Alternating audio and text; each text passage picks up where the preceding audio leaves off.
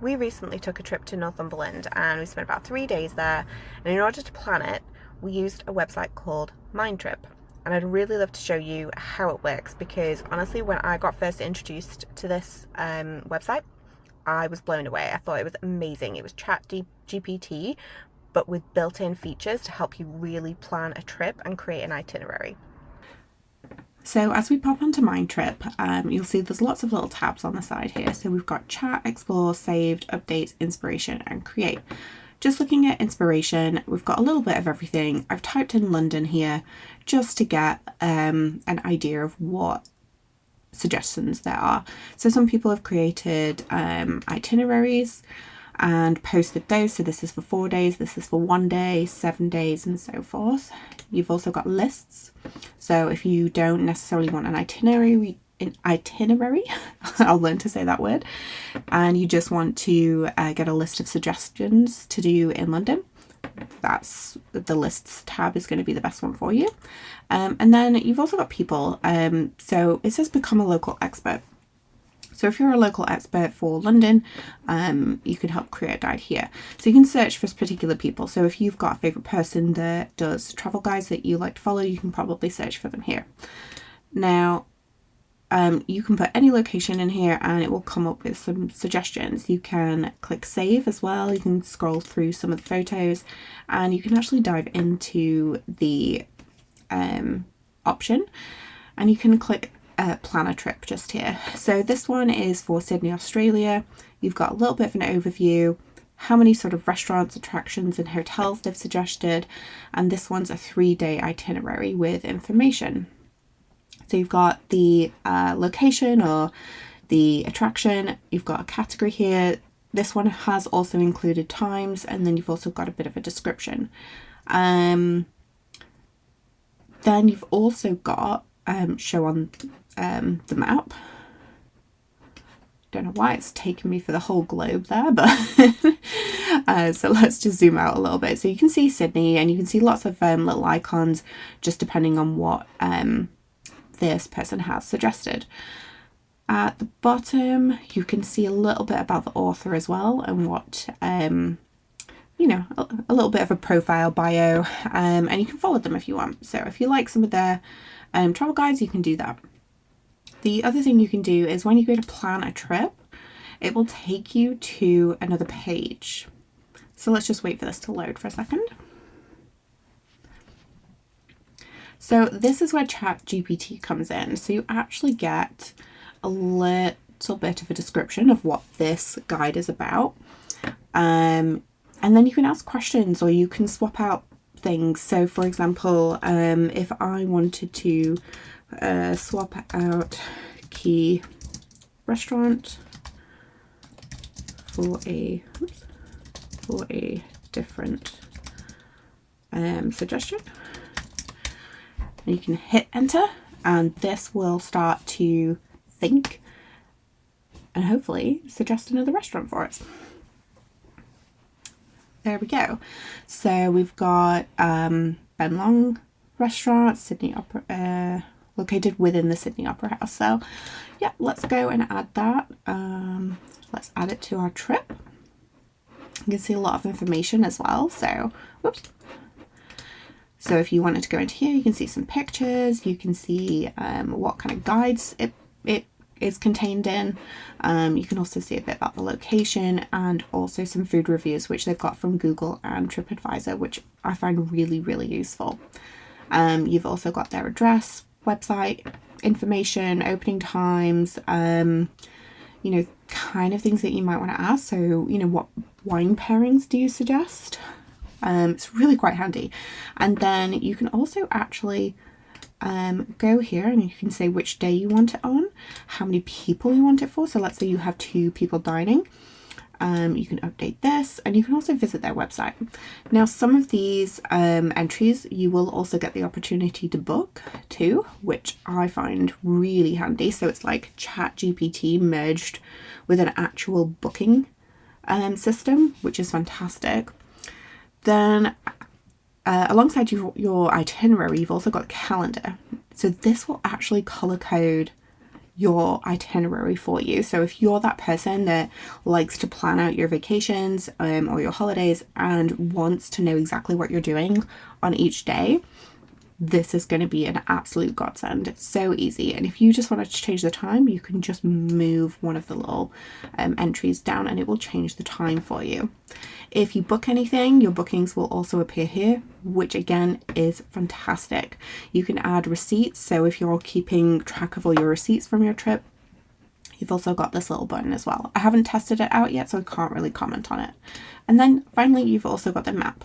So if you just want a quick way to view all the locations that you're going to be visiting, that map is really handy. So recently I went on a trip to Northumberland, and I'll just take you to my profile here. So I'm going to take you to my guides, and I'll take you to my coastal weekend in Northumberland. So in here I have put together a little overview of our trip, or of the trip that you could be taking actually. That's probably a better way to describe it. Then it tells you a breakdown of how many cities, which municipality you're in. I've got 4 restaurant suggestions in here, 8 attractions and 2 hotels. It gives you a bit about the information, it gives you a bit of information about the locations. You can find out who took the photos, and you can scroll through different ones. Sorry, you're going to hear my cat in the background meowing at me now. She wants some attention. Then you go down into the itinerary. So most of this is actually what I did for my trip. So on some of these I've sort of edited the little tips if I felt like it needed extra tips. And I've decided not to put any times in there so that this can be flexible for you. So if you wanted to turn this into your own little itinerary, you can do. You can also view the map. You can chop and change the different activities to how you want. You can add more, you can take some away. And then again, like I showed you before, you can get a little calendar that's color coded. So this is Mindtrip. I found it fantastic. It really took a lot of the stress out of booking a holiday. If we go to not create, I want to go to the chat actually. So if we go to how do I new chat. So if we go to the chat, and I've got a trip to London coming up. I'm not entirely sure where I'm going to be in London. I can't remember off the top of my head, but I know it is central London. So if we plan a 1-night stay in London for June, staying in central London, arriving at lunchtime on a Saturday and leaving in the morning on Sunday, on the following Sunday. So I'm just going to hit enter and see what it comes up with as suggestions. Hi Daisy. Hello. So for your 1-night stay in London, here's a plan to make the most of your time in the city. So it says check into your hotel. It's giving me the Savoy. I am not that rich. I'm staying in a budget hotel when I go. So that's something that I'm going to ignore. I can actually put my own hotel in there to where I'm staying. So if I don't like that, I can remove that. Then it's also got a restaurant suggestion for an Italian lunch.